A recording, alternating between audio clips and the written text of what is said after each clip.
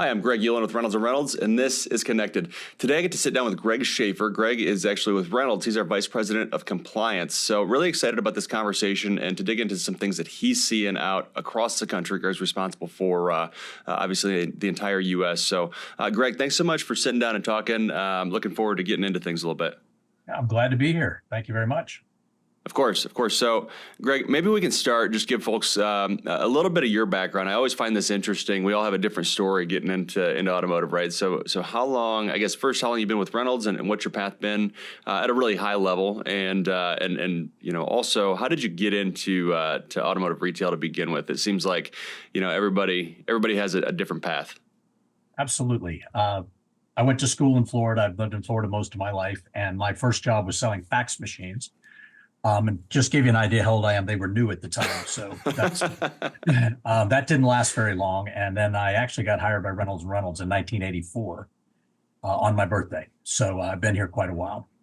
Wow, I started out awesome. I started out with a new business unit. We called it A Plus, which was non-car dealer automotive business. So it was RVs, motorcycles, trucks, which was great because nobody knew Reynolds in that space. So it was actually very difficult. Then when you get a job working as a salesperson with Reynolds and Reynolds, everybody knows Reynolds, it actually seems you can take a breath of relief. It's much easier than the other stuff. So I was a document rep. I was also on the computer side for a couple of years. Then I became a sales director in Florida, then an area vice president where I handled sales for the US, and then they added Canada to that. And then a few years ago, I was asked to get into to start up the law business unit, which is the vice president of compliance title that I do now. But I got into automotive. My mother's neighbor knew of an opening, knew of somebody who was looking for a rep at Reynolds and Reynolds, ironically. And I was out of school working on this fax machine thing. And I talked to a guy who'd been with Reynolds a great deal for a long time, Carl Hassel, and he hired me. And that's kind of how I got into the business. It's crazy, and it's stuck. Here I am. Yeah, and just a little bit. I think everybody knows the law brand of F&I forms, but obviously that's a pretty prolific brand in the F&I office, right? Everything from the retail installment contract through all the ancillary forms that you need to do a deal. And having those available in all 50 states, I think, is something that nobody else can say, and that's a big deal, right? Having the entire packet available from one place in all 50 states is really important. Absolutely. Well, I mean, the law brand, a lot of people don't realize this. It's a little trivia tidbit, but we acquired the law brand in 1990, and the gentleman who started its name was Charles Law. So it's actually not law legal. It's actually a gentleman's name, which is how we ended up getting the name. So the law brand's been around for a long time. It was only California at that time. And Reynolds had the wisdom, the leaders at the time, to expand that, make it 50 states. We work with Hudson Cook to a great extent on getting that expansion done because we work with a lot of lenders and lessors on the, the captives on the compliance side for the contracts. And once that was established and very well known in the industry, we had some, we obviously did a lot of F&I documents, but we decided to expand that brand's influence and do those ancillary forms you talked about, like buyer's orders, lease orders, et cetera. And one of the reasons Reynolds asked me to begin this business unit is when I was the sales director in Florida, I started a package like this with the Florida ADA with Ted Smith, who's the president down there. I just talked to Ted at NADA. He was actually on the podcast. Great guy. Yeah, he is. I've known him for, I don't know, probably 20 years. And Ted was a new ADA president at the time, and I was a new sales director. And I came to him with this proposal. He loved it. We worked with some of his attorneys, and we built this thing. And that was the platform. It didn't happen right away. It was years later that Reynolds used to. It's way better than what we did, by the way. We were just kind of the stage. It's been expanded upon tremendously, but that's where it kind of got its start. So Reynolds, about, I want to say 12 years ago, started launching these state packages. And the law brand is iconic. It's very trusted in the industry, obviously, but what makes it special, we have, best of industry attorneys working in-house on these products. And we have Terry O'Loughlin, our compliance director, does a great job, does a lot of speaking and writing engagements. People know Terry very well. But in addition to that, we have attorneys in every state that we work with. So it's not the other companies that do this typically don't have all 50 states, and they also don't have the resources in each state to make sure that it's state specific. We're also very big with the auto associations, as you know. Our partnerships with those guys, the attorneys in those places, the presidents, we work with them on upcoming legislation. We work with them if there's concerns with the dealerships. You know, all the things that go in these farms is not a legislated matter. It's not necessarily a legal concern. It's a best practice because this dealer or several dealers have had a check charge problem, or they've had an issue with optional products. So you get that information from the ADAs, then you can include that in your buyer's orders to protect them beyond. It's all legal, but it's not all legally required. But it's still Sure. protection, keeps the dealer out of trouble. So that brand's like iconicism, if that's a word, has evolved. And a lot of it's through our relationships with the industry. Yeah, no, that's great. That's great. So, Greg, you mentioned something there I want to double click on a little bit, if it's all right. You talked about, how you kind of came up with a package, and this was going back, I think you said 12 years ago. And I think that's a really important thing for people to kind of think through because, we see it a lot. You mentioned when you were a sales director, right? And we see it a lot in sales folks, and we see it a lot in entrepreneurs. But, thinking about it, the dealership world or even beyond that, finding a way to go from 0 to 1 is really important. You said, it's way better today than it was back then. But the reality is, if you didn't do it, then we wouldn't be where we are today either, right? Sure. So I want to talk about just, how maybe if you can, your process or even in this specific example, how you got to, okay, let's create this thing, whatever it is, right? Maybe it's great, maybe it's not, but it's the right thing to do. And over time, we can continue to iterate. So how did you get to, all right, let's put together this package and see if it works? Sure. There were iterations of this at Reynolds where we might have 3 or 4 documents for a state that have been put together. A lot of times that bubbled up from the sales force, and they Sure. work with marketing a product to get that done. So we took that and just expanded upon it. And the idea was, and this is a major tenet of what we do today, how can we get something that protects the dealers from soup to nuts? So working with automotive attorneys, very important. A lot of dealerships today, they have an attorney, might be real estate, might be litigation, might be any number of things, but he actually doesn't specialize in automotive documents, automotive law. Right. And he's helping you do a form. He might be helping with your buyer's order. I always liken it to being a medical professional. You wouldn't want your foot doctor doing your heart surgery. You specialize for a reason. Right. So having specialists in the industry, and I was really fortunate. Ted and the attorneys, Alex Kirkin was the primary attorney, and Ed Quinton was the other one we worked with.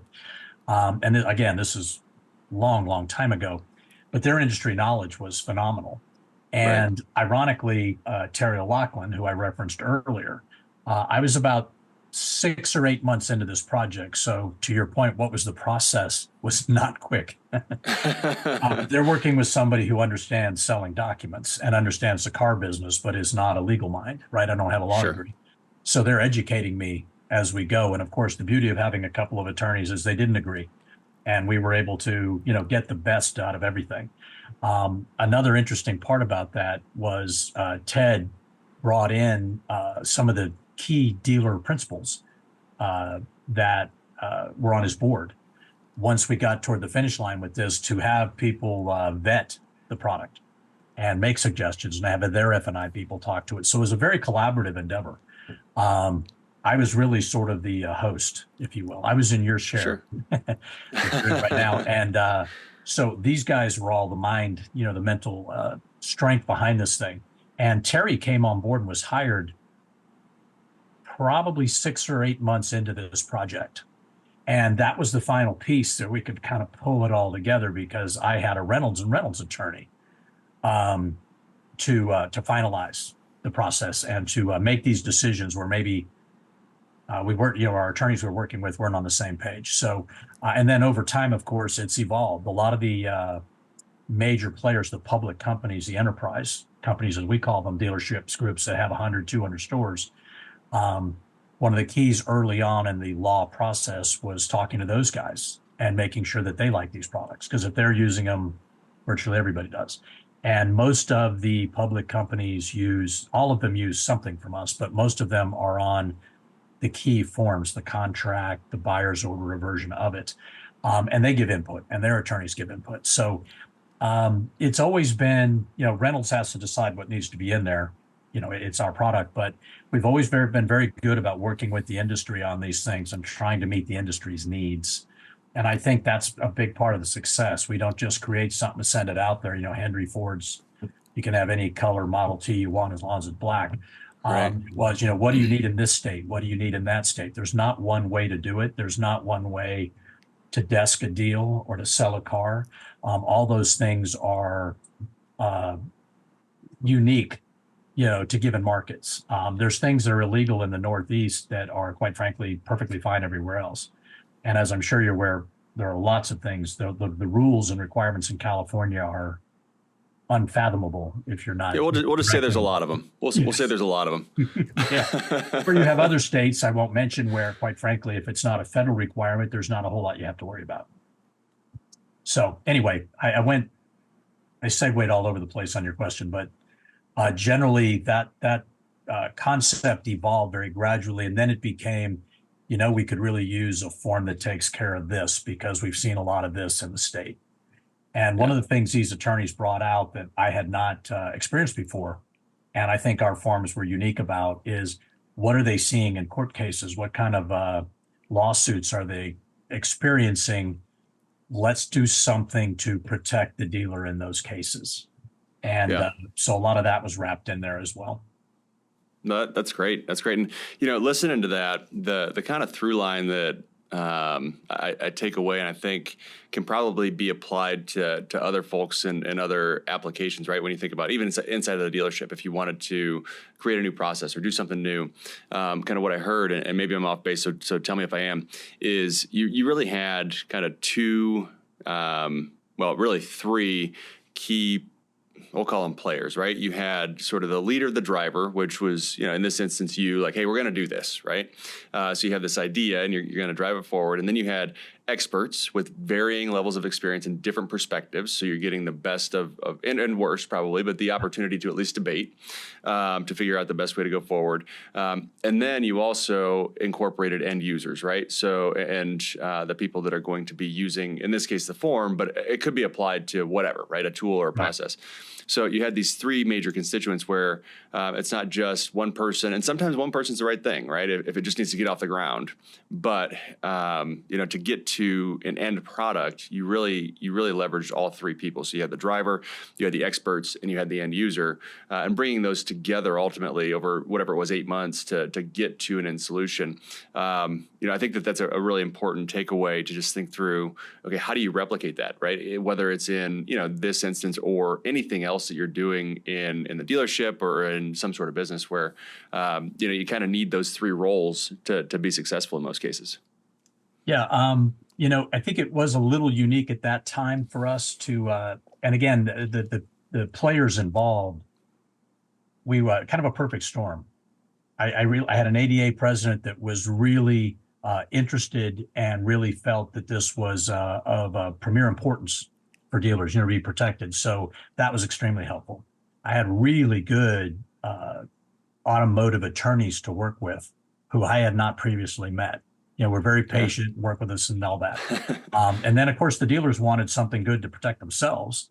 And Ted got me with the right people in that regard. So that part all came together really quite seamlessly. It took a long time to get to the finish line. Once we had that program, years later, we developed a partnership with California, the CNCDA, Brian Moss. At the time, it was Peter Welch. And we acquired their forms company at the time. And we put the program that we'd done in Florida was put on steroids on the California program.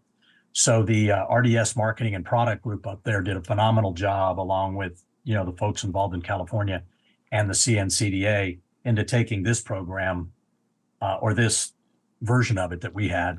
And they did California. And then once California was done, that was the basis to launch it across the U.S. And then you state by state, you had your template. Right. Before, when we didn't really have a template, that's why it took so long. Once you have a template, you have to adjust for each state. And sometimes you have to adjust the look and feel a little bit because they may want to handle a deal in a different fashion. Um, Once that had progressed for several years, then you start finding things in certain states that are really good ideas that you weren't using in other states. So every 6 months or annually, Chip Zawolowski, Sarah Shields, and the group that's internal for us, they do a great job of collecting those good ideas. I think we call it the wish list internally. And then we create new forms if they're needed, or we make adjustments to existing forms. And then as long as it's within the state legal parameters for all the 50 states, we'll make those adjustments to all the forms. So everybody always has the most up-to-date, at least annually, they have the most up-to-date documents. I think we're the only company out there that regularly reviews these documents and keeps them up to date. The law documents, you're not going to see a 10-year-old revision that we're marketing. You're going to see, and now there may not be changes every year, but we constantly stay up on that. And my team does a nice job of, as does the general document forms sales group. They call on dealers all the time. They're generally in there every month or two. And when there is a change, we have law alerts that the marketing team sends out that makes dealers aware. Our ERA system through DocuPad, they'll send out notices that there's a change that you need to be aware of. So we have a lot of protections in there to make sure that dealers are using the right things all the time. Other documents out there are companies that sell something. It might be a knockoff of ours. It might be their own, but you find them a lot of times they're 5 and 6 years old. They have not been updated. So you're out of compliance. Sure. So thinking about all those updates over time, you mentioned earlier you've been with Reynolds. I'm not sure the anniversary date, but 40 years. I mean, if 84, it'll be 40 years this year. It already hit 40, so congratulations. That's pretty exciting. Yeah, 40 years will be April. So coming up. So coming right up. So over 40 years, and you probably haven't been, intimately involved in the compliance business that entire time. But, I talk at least a lot about, the amount of forms that need signed to get a deal done. Right. Mm-hmm. And when you print them out and you run them end to end, on average across the country, it's about 39 feet of paper. Right. So if you do a deal, 39 feet of paper. But it hasn't always been that way. So thinking about over time and maybe the trajectory, how that has changed, if you think back 10, 20, 30 years, how does today's world differ from what it was, back whatever segment of time you want to look at? I mean, a couple of key things. One is certainly technology. So now you have this stuff coming out of a computer, or you have electronic, documents going straight like they do to Route 1 using the contracts. So that's been a big change. I do think certainly it didn't used to be 39 feet. I think it's probably 2 or 3 documents. I might have to ask Terry. He's actually my senior by a little bit. The other thing, though, that I think has changed is the proactive nature, new laws, UDAP, unfair and deceptive trade practices, those kind of things. And I've lost my train of thought when I tried to tell you what the acronym was. The Attorney General's offices, the CFPB, the FTC, there have been so many, particularly in the last several years. There's a real, I want to be careful how I say it. There's a lot more focus, a lot more laws, a lot more opinion at government circles that dealers are doing the wrong thing. And there's always going to be, in any industry, bad players. And when they get exposed and something's on TV, suddenly all car dealers are doing bad things. And we know there's a tremendous number of car dealers doing the right thing or trying to. And the laws have become much more onerous. It's so complicated now.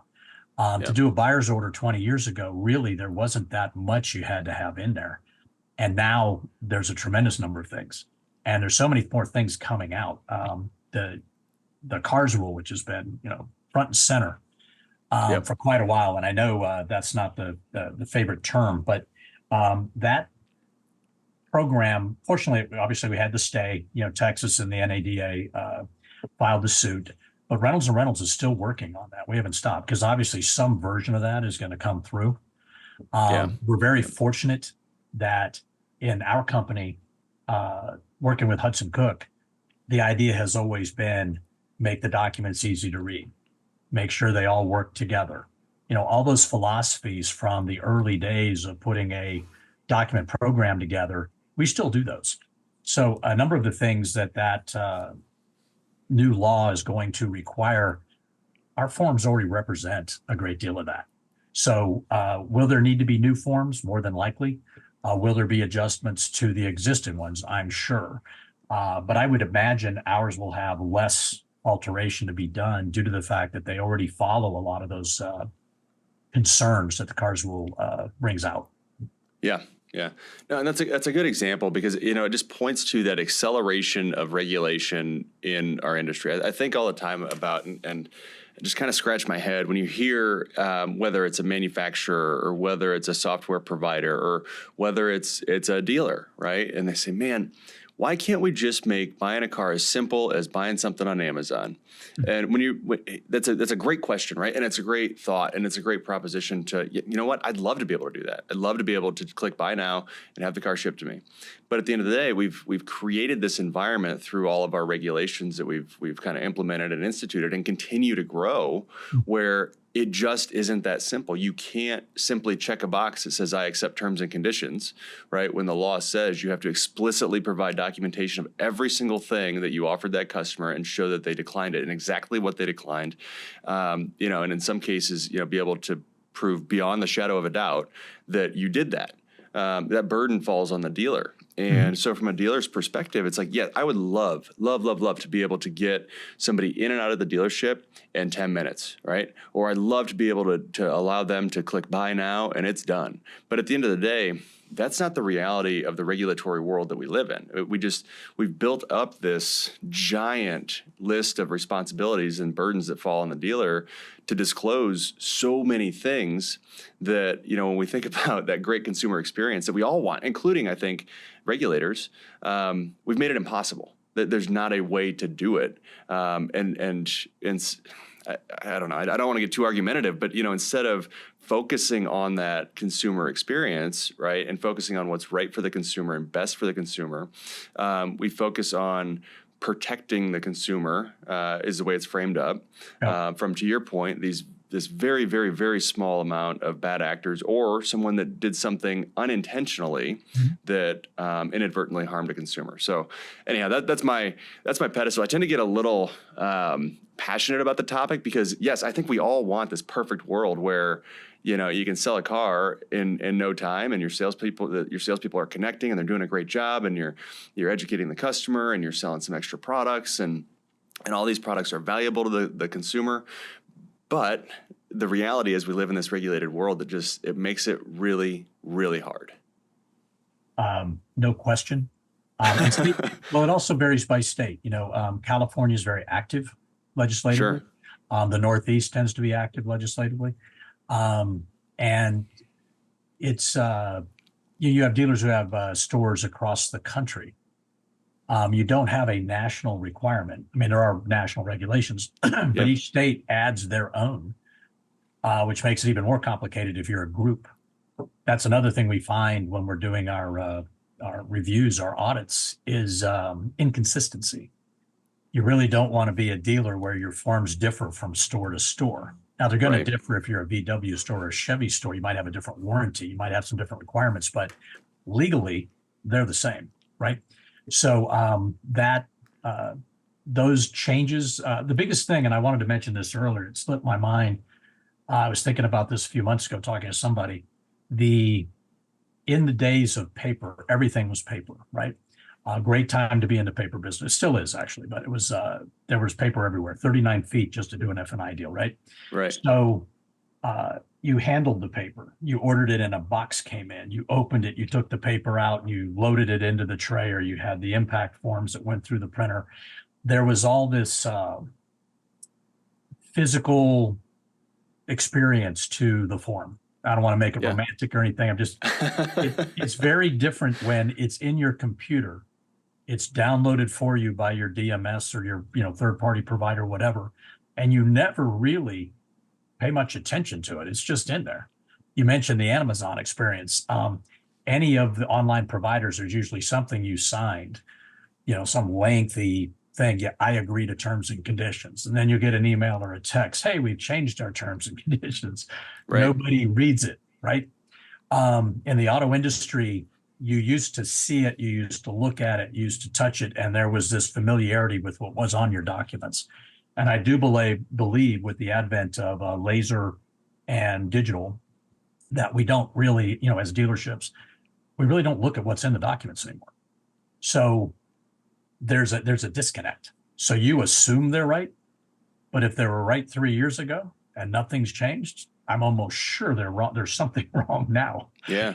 And then Yeah. every time a new lawsuit comes out and a judge rules a certain way, so he's changed the interpretation or clarified the interpretation of what the legislature meant by that law, as soon as that happens, you may need a new paragraph or you may need to change a form to reflect that interpretation. So, or create a new form altogether. So I do think there's been a disconnect in everything in society as things go online. Even young people today, and I'm not going to go far on this, but I have a child of my own, being with your friends or being on FaceTime is somewhat equivalent. Right. As opposed to, years ago, you had to go somewhere to hang out with your friends. And I don't think it's too dissimilar from this move to electronic documents where you just don't see them. You really want to be careful, at least an annual review to make sure your stuff's up to date. Because most of the people in your dealership now, large dealer groups may have an attorney on staff who does that, but not all dealers can afford that luxury. So, and even when you have that individual has all kinds of responsibilities. Is he really looking at every document to make sure it's changed? So I think that's a big part of it. There's an out of sight, out of mind element to it. Yeah. So how often, and I want to get into this a little bit. So your team, prepares and offers up essentially audits, right, of all the documents that a dealership uses, to kind of go through and look at, okay, here's all the documents you're using. 99% of them look great. This 1%, there's a couple lines here that probably need updated. We're going to have an attorney look at it. But talk, I guess, first of all, a little bit about that process and the frequency that you would recommend a dealer go through this process, right? So we can start there. And then the second thing I want to get into maybe some common threads that you've seen or common issues that dealers might be able to look for just as like a red flag. Oh, shoot, I should probably dig deeper. So if you don't mind, maybe start there with kind of what that process looks like, how often you recommend it, and then we can go from there. Okay. The process is pretty basic. We have a team that covers the U.S. They're either former F&I people with years of experience, or they're document people that came from our group that showed a proclivity for compliance. And of course, we trained them up and got them familiar. So now they're specialists in that area as it relates to the forms. We don't get into a lot of process stuff. So my team goes out, we'll go in, we'll do a collection of all your F&I forms. There is a misnomer out there where people think, okay, I'll just print a deal and I'll give you that. And here, there are forms that aren't in that. When we say F&I process, we're including best practice forms. And some of them they may be in a deal, but they may not come through the system. Test drive form, for instance, may come through your CRM tool, right? So we make sure we get all the documents, and then we send those into our bank of attorneys. They process them typically in 3 to 4 weeks. You could be anywhere from 15 to 50 forms, depending on the state. So they go through all that. They send us back a report. We funnel that down to the key elements and go in and do a playback for the dealer. And we sit down, we go through all that. Generally, once we've gone through that process, inevitably there's at least a form or two they want to get that they don't have.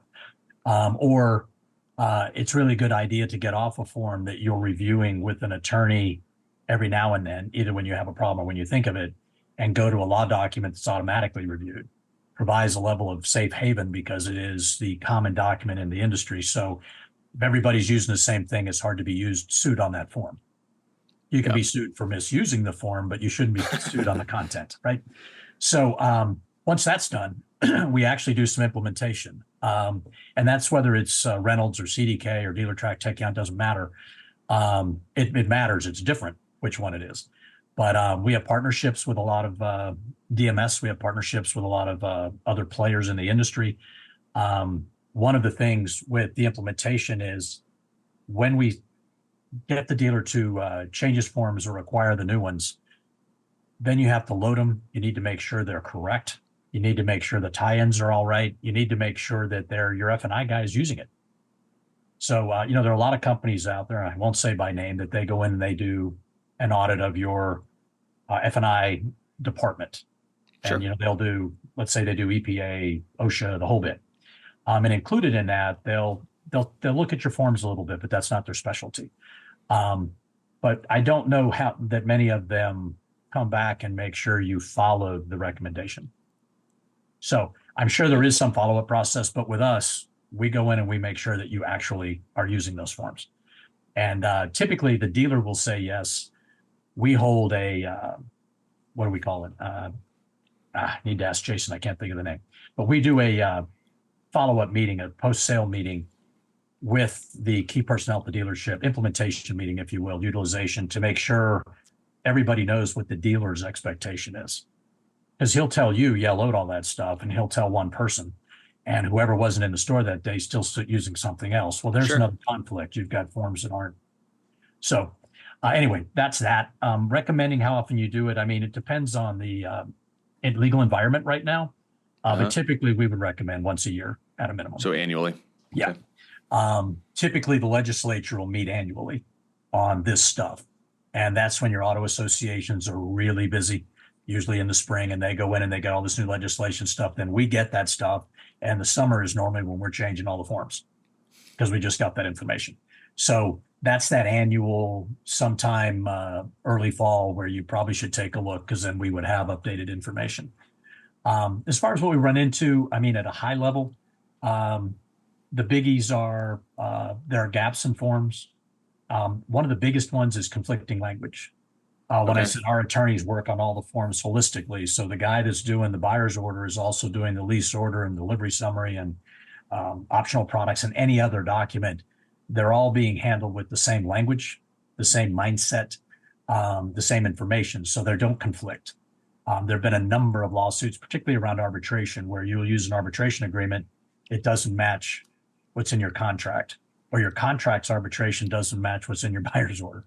So there's any number of things around that where arbitration is then thrown out because you don't have one message and you're in a jury trial. Yep. Other things, I mean, there's incorrect language. There are always best practice forms missing. We had a major player in the industry, well over 100 dealerships, get in trouble in a state. And to your point, very early in our conversation, wasn't trying to do anything wrong. But the car they advertised, or the truck actually, in this case, they didn't have any on hand at the dealership. Those have been sold. They only had ones where they'd done some add-ons. Sure. So they sold the vehicle with add-ons to a woman who later sued because that wasn't the vehicle she thought she was buying. And of course, she paid more for it. So the AG's office forced them to put a large, I think it was 15-point type, which I've never heard of before. Wow. There's never more than 12. Sure. Disclaimer under the signature on the buyer's order about, I don't remember the exact language, but it was something to the effect of, you don't have to buy add-ons. You can get this truck stripped bare or whatever. A very, the only word that comes to mind is owners, but a very heavy-handed solution, right? An optional products disclosure form, which we provide, would have, if that's part of your process, be very clear, because that's part of the CARS rule as well. Making sure consumers are very clear on what they're buying, right? Not buying products that don't have any value. That's very vague, obviously. You could say Gap doesn't have value if you didn't use the insurance. You're right. Yeah. So that's part of all this situation with that rule is defining, breaking it down and defining it if it does come through. But there are so many good practices.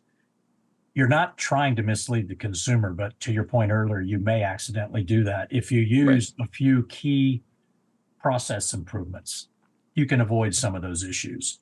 The other thing is standardization. Do you have the same forms across all your platforms and out of date forms, which we mentioned earlier? Those are the common things. And you think about it, those are easy things to check, right? Yeah. But nobody does. And the best practice stuff and the conflicting language, you do need to be versed in law to probably handle those. So Right. that's where we come in. We can bring in that next level of expertise. I don't remember if there was a third part to your question. No, I think you nailed it. It was kind of, it was really, what do you look for? What's the process like? How often do you recommend it? And then, what are some common ones? So I think that was spot on. No, that's great. This has been definitely an insightful conversation. It was something else, completely changing gears, but curious. So you've been in the industry for a long time. You mentioned though you went to school in Florida, University of Florida, right? Yes. Okay, so UF and I don't know if you still follow along with sports, but obviously a very storied sports set of sports programs at that university. So the men's basketball team made the tourney. Yeah. We'll see how long they stick, but at least got in. That's pretty exciting stuff. Oh, absolutely. I believe the center got hurt in the conference championship game, so that's not going to help. But it's nice to see them back in the tournament. I think they missed it the last couple of years, from the Billy Donovan days when there were back-to-back championships. There's been a fall off, which tends to happen when you lose a coach. And of course, I don't talk about the football program right now, but that's still one of my favorite stories, though, of Billy Donovan when when they won that first national title, they bought the wood from the floor that they won the national title on, and that's now the floor that they practice on and play on. I think that's one of the coolest stories, in college sports. I did look I don't know if you're a baseball fan, but I think Florida's ranked 8 right now in the country in baseball. But I was looking at it, and I think half the SEC is ranked ahead of them.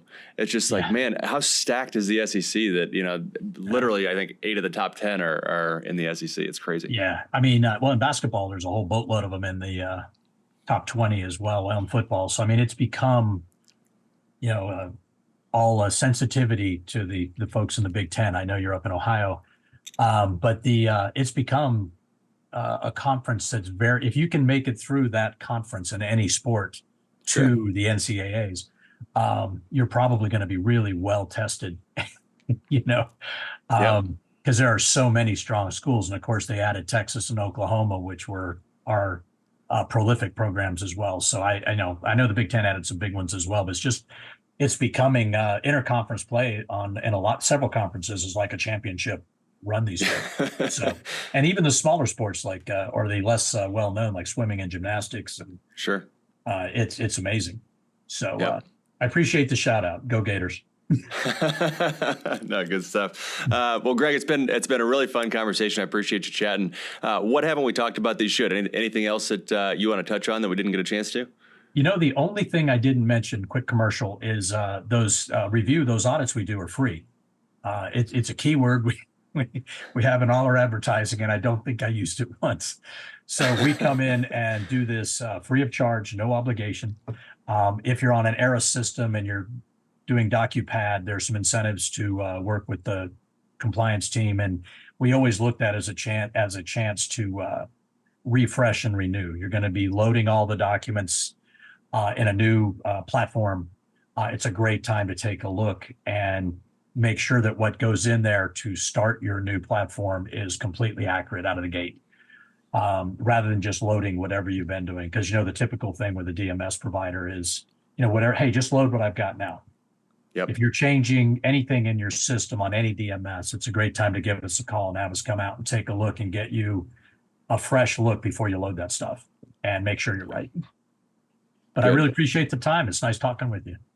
No, thank you. Thank you. So Greg Schaeffer, our Vice President of Compliance, appreciate it. And we'll talk again soon. Sounds great. Thanks.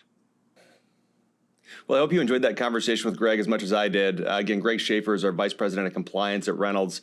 And if it has been 12 months or so since you've reviewed your forms, definitely reach out to Greg or give us a shout, and we'll make sure to connect you. We can have somebody out there to take a look at everything.